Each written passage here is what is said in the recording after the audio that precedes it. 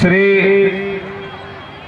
संत शिरोमणि गुरु रविदास महाराज जी के चरण कमलों में श्रद्धा सुमन अर्पित करते हुए मैं सत सत नमन करता हूँ। विश्व में शांति के संदेश देने वाले तथागत बुद्ध, आरक्षण के जनक छत्रपति साहू जी महाराज, सामाजिक क्रांति के अग्रदूत ज्योतिबाराव फूले, पेरियार लड़ई सिंह यादव जी, मोहम्मद पैगंबर साहब, माता सावित्रीबाई फूले, भारतीय संविधान निर्माता बोधिसत्व परम पूज्य बाबा साहब डॉक्टर बी.आर. अम्बेडकर, बाबा साहेब के अधूरे सपने को पूरा करने वाले और सोए हुए कौम को जगाने वाले युग प्रवर्तक हमारे बहुजन राजा मानवर कांसीराम साहब, अखिल भारतीय रविदासिया धर्म संगठन के संस्थापक, विश्व गद्दी नसीन धर्म गुरु संत स्वामी सदगुरु निरंजन दास जी महाराज, पीपल दास जी महाराज, श्रवण दास जी महाराज, कौम के अमर शहीद रामानंद जी महाराज, हमारे अखिल भारतीय रविदासिया धर्म संगठन के राष्ट्रीय उपाध्यक्ष संत मनदीप दास जी महाराज, सभी महान पुरुषों के चरण कमलों में श्रद्धा सुमन अर्पित करते हुए मैं सत सत नमन करता हूं। आज बिहार के ऐतिहासिक जिला जो बिहार में सामाजिक क्रांति का परिवर्तन का सूत्रपात हुआ तो भभुआ जिला से हुआ। इस भभुआ जिला के पावन पवित्र धरती कुड़ारी धाम पर इस कार्यक्रम का अध्यक्षता कर रहे परम आदरणीय अध्यक्ष जी, संचालन करता हमारे अनुज सरोज कुमार, जिला महासचिव अखिल भारतीय रविदासिया धर्म संगठन, आज के उद्घाटन करता हमारे संत वीरेंद्र दास महाराज जी, हमारे मठाधीश मसोई श्री गुरु रविदास धाम मसोई, हमारे मंच पर विराजमान भंते महाराज जी, हमारे मिशन कलाकार और रिसर्च करने वाले महेंद्र गुरुजी, हमारे असिस्टेंट प्रोफेसर बाबा साहब डॉक्टर बी.आर. अम्बेडकर विश्वविद्यालय मुजफ्फरपुर के रमाकांत बाबू, हमारे जितेंद्र बाबू, संतोष कुमार बिंद शिक्षक संघ के जिला अध्यक्ष जी और बामसब के हमारे प्रदेश के मेंबर, हमारे वकील राम साहब, डॉक्टर नरसिंह साहब, विपिन साहब जी, हमारे सुनील जी, वकील राम साहब, कुड़ारी धाम के हमारे पुजारी दुलारे दास महाराज जी, दुर्गा शंकर दास जी, सोचन दास जी, हमारे सभी कलाकार बंधुओं, महेंद्र बाबू बहुजन समाज पार्टी के हमारे कवि जी मोहनलाल साहब, सभी माताएं बहनें जिनका नाम नहीं जानता हूं क्षमा प्रार्थी हूं, हमारे सुरेश वाडकर साहब, पिंटू जी,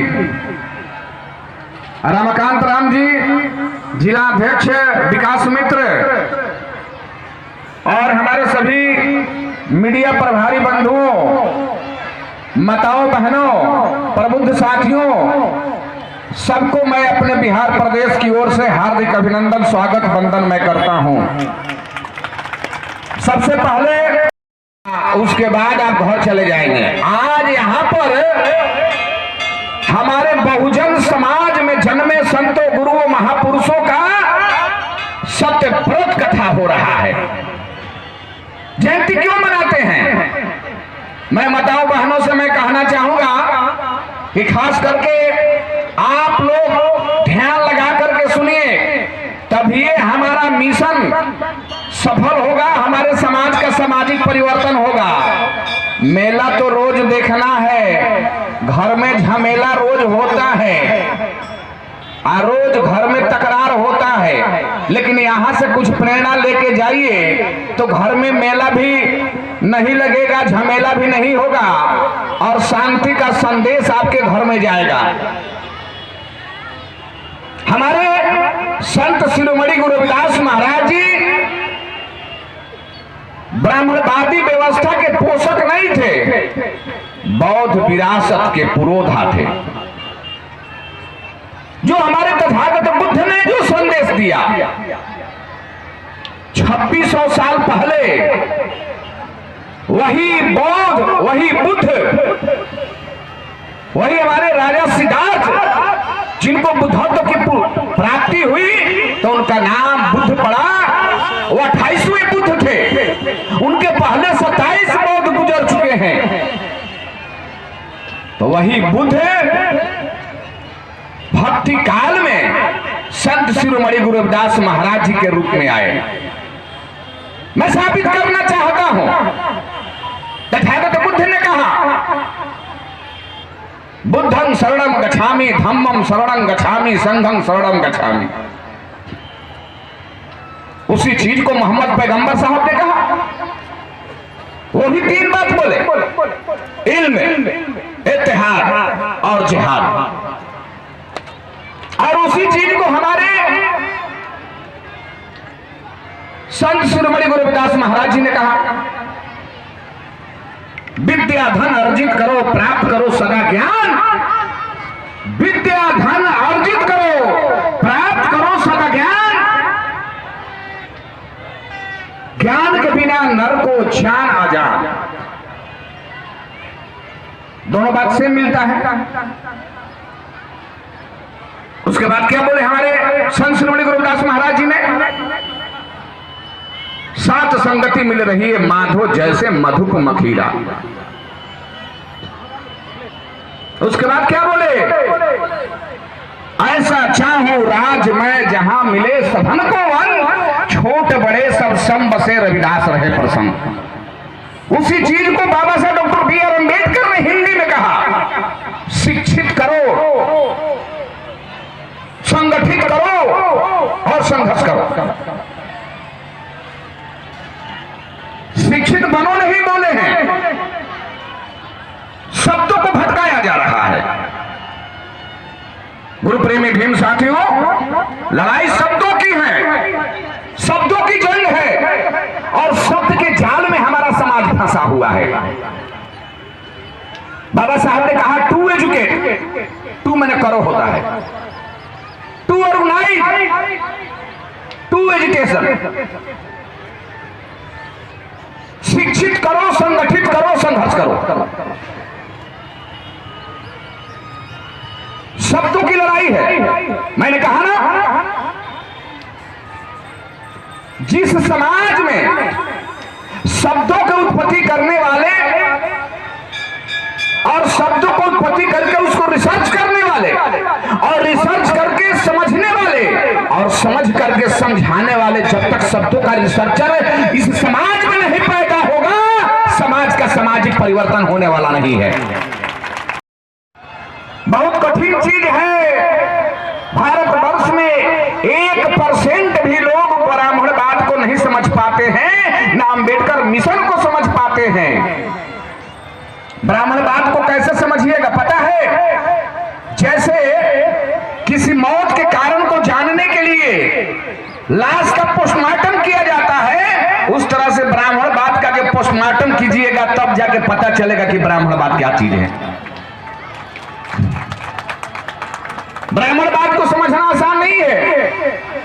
हमारे बाबा साहब ने समझा ब्राह्मणवाद को,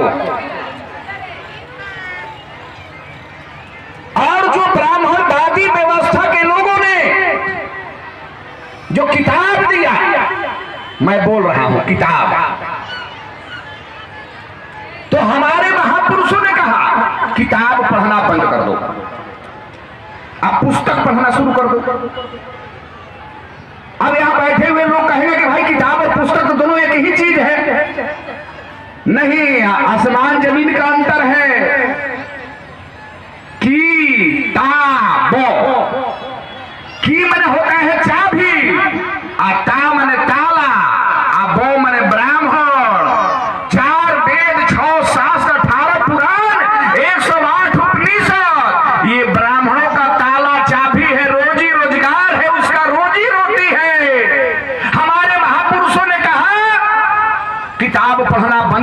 पुस्तक पढ़ो।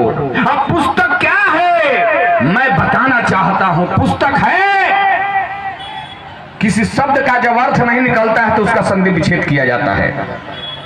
पुस्तक पुस्तक जिसमें पुश्तैनी इतिहास लिखा हो, पुस्तों का इतिहास लिखा हो, उसको कहते हैं पुस्तक। जैसे हमारे तथागत बुद्ध का त्रिपिटक, बाबा साहब डॉक्टर बी आर अम्बेडकर का लिखा हुआ संपूर्ण वाङ्मय, अछूतोद्धार, शूद्र कौन और कैसे,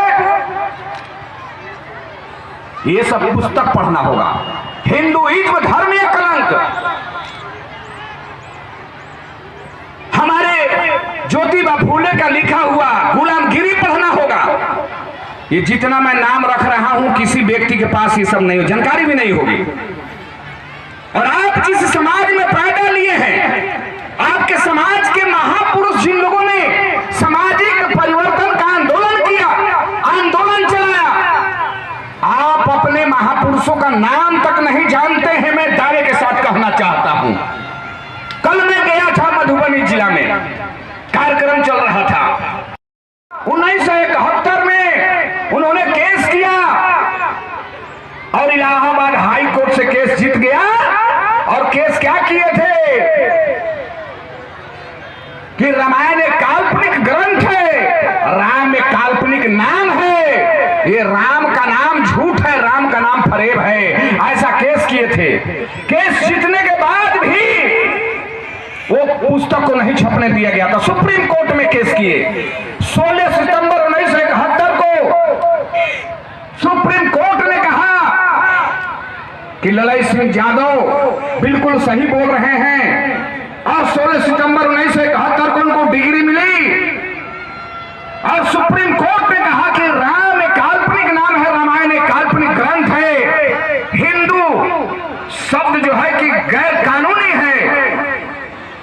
4 वेद 6 शास्त्र 18 पुराण 108 उपनिषद में कहीं हिंदू शब्द नहीं लिखा हुआ है, कहीं हिंदू नहीं लिखा है। अगर कोई हिंदू कहीं लिखा है बताओ, पुस्तक में लिखा हुआ है हिंदू, और हिंदू का अर्थ उसमें लिखा हुआ कि हिंदू का अर्थ होता है काफिर, काफिर का हिंदी होता है लुटेरा। और लुटेरा को क्या कहते हैं मेरे भैया जरा बता दीजिए, क्या कहते हैं? चोर कहते हैं। और ये चोर लोग जो है वो कहता है, मैं चिल्ला कर कह रहा हूं, ये चोर लोग कहता है कि गर्व से कहो कि मैं हिंदू हूं, ये नहीं कहता है कि गर्व से कहो कि मैं चोर हूं, ये नहीं कहता है।